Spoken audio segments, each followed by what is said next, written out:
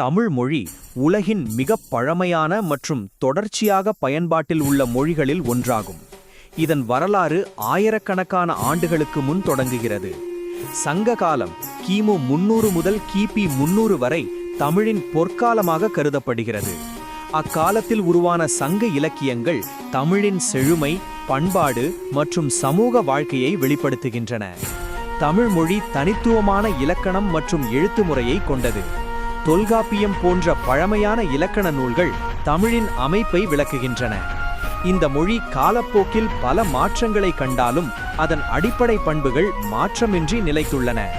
தமிழ் மொழி எந்த மொழி குடும்பத்தைச் சேர்ந்தது என்பது பற்றிய விவாதங்கள் இருந்தாலும் பொதுவாக தமிழின் தனித்துவமும் பழமையும் காரணமாக அது ஒரு சுயந்திரமான உயர்ந்த மொழியாகவும் மதிக்கப்படுகிறது. இன்று தமிழ் உலகம் முழுவதும் கோடிக்கணக்கான மக்களால் பேசப்படுகிறது. இந்தியா, இலங்கை, சிங்கப்பூர் போன்ற நாடுகளில் அதிகாரப்பூர்வ மொழியாகவும் உள்ளது. தமிழின் பண்பாட்டு பெருமை, இலக்கிய வளம் மற்றும் வரலாற்றுச் சிறப்பு இதனை உலகில் தனித்த இடத்தில் நிறுத்துகிறது.